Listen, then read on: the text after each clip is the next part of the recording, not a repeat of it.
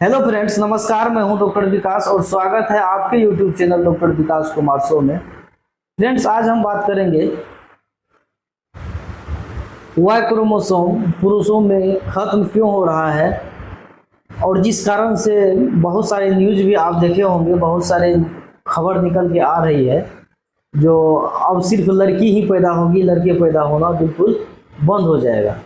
तो आज इसी विषय को हम लोग बेहतरीन तरीके से समझेंगे। देखिए, बहुत सारे जो भ्रमित करने वाले न्यूज है उससे तो सबसे पहले आप बचिए और सही जानकारी आप प्राप्त कीजिए। और सही जानकारी जब आप प्राप्त करेंगे तो आपको टेंशन होगा ही नहीं और आप इससे घबराएंगे ही नहीं। सबसे पहले इस बात को समझ लेते हैं फ्रेंड्स, पुरुष में और महिला में जो गुणसूत्र की संख्या होती है वो 23 जोड़े होते हैं, यानी 46। महिलाओं में XX और पुरुष में XY होते हैं। 22 के 22 गुणसूत्र एक समान होते हैं पुरुष और महिलाओं में। बाकी एक जो होते हैं वो बिल्कुल अलग होते हैं और वो होते हैं X और Y।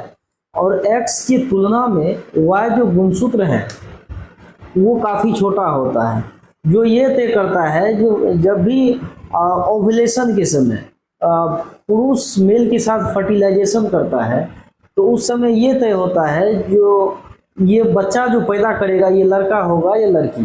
कौन तय करता है?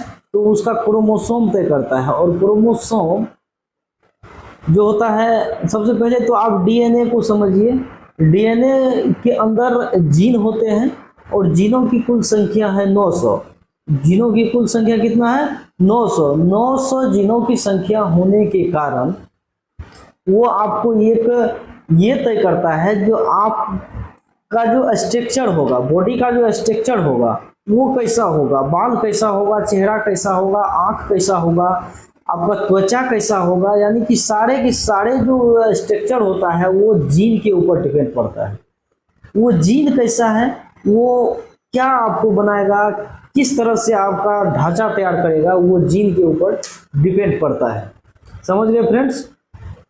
अब बात करते हैं, पुरुषों में 900 जीन के बजाय अब 55 ही जीन बच गए हैं। तो 55 जीन में ये कैसा होगा, लड़की ही पैदा होगा। अब इस बात को समझिए, वैज्ञानिक का ये रिसर्च कह रहा है जो पुरुषों में 900 जीन जहाँ पे होता है अब वो घट के 55 आ गया है। तो 55 आ गया है तो यानी वहाँ पे जो वाई क्रोमोसोम है, वाई क्रोमोसोम की संख्या भी काफ़ी घट गया है। और वाई क्रोमोसोम जब भी घटेगा तो उस कारण से लड़का लड़की पैदा होने में दिक्कत होता है।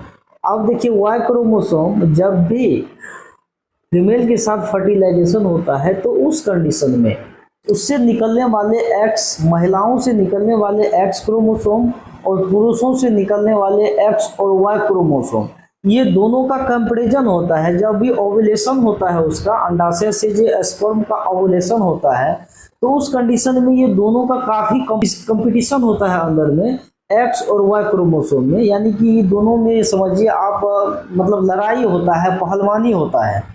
बिल्कुल साधारण भाषा में आप समझने की कोशिश कीजिए। और वो पहलवानी में, वो लड़ाई में एक्स और वाई क्रोमोसोम, अगर फीमेल का एक्स क्रोमोसोम पुरुष के वाई क्रोमोसोम को अगर वो मतलब उसको पछाड़ देते हैं या उसको अपने ओर गिरा देते हैं, क्योंकि उसकी संख्या काफ़ी होती है, तो उस कारण से जो वाई क्रोमोसोम बचता है, वाई क्रोमोसोम जब वो खत्म हो जाता है, उसके अंदर से वहां तक नहीं लड़ पाता है, तो उस कंडीशन में वाई एक्स क्रोमोसोम पुरुष का बचता है और उसके साथ फीमेल का एक्स क्रोमोसोम, ये दोनों क्रोमोसोम मिल करके जब ये दोनों का जब ये लिंक तय होगा तो ये होगा लड़की। लड़की जब पैदा होता है तो एक्स और एक्स क्रोमोसोम के, उसी कंडीशन में अगर वाई क्रोमोसोम फीमेल के एक एक्स क्रोमोसोम को अगर वो उसको मतलब परास्त कर दे, उसको पछाड़ दे या उसको दबा दे, तो उस कंडीशन में जो मिलने वाला वाई क्रोमोसोम होता है वो होता है एक्स और वाई। तो उस कंडीशन में तय क्या होगा, तो उस कंडीशन में तय होगा लड़का। तो ये क्रोमोसोम पे डिपेंड पड़ता है। समझ गए फ्रेंड्स? और ये वैज्ञानिकों का जो ये नए रिसर्च है, जो नियम है, जो लगभग ये मतलब 10 मिलियन, यानी 10 मिलियन वर्ष में, 10 मिलियन काफ़ी होता है, बहुत लंबा समय होता है, तब तक हम लोग कई बार इस पे जेनेटिकल सिस्टम हो चुका होगा। तो उस समय जब आएगा तो सिर्फ लड़की ही बचे। प्रकृति का नियम है जो कुछ सर्टिफाइड है दुनिया में, सबका एक निश्चित समय है और निश्चित समय तक ही उसको उसी में उसको अच्छे से एब्जॉर्बेशन करना होता है। समझ गए फ्रेंड्स? तो इसमें आपको घबराने की कहीं जरूरी नहीं है, कोई बात नहीं है, बिल्कुल भी घबराइए नहीं, बिल्कुल भी पैनिक नहीं होना है।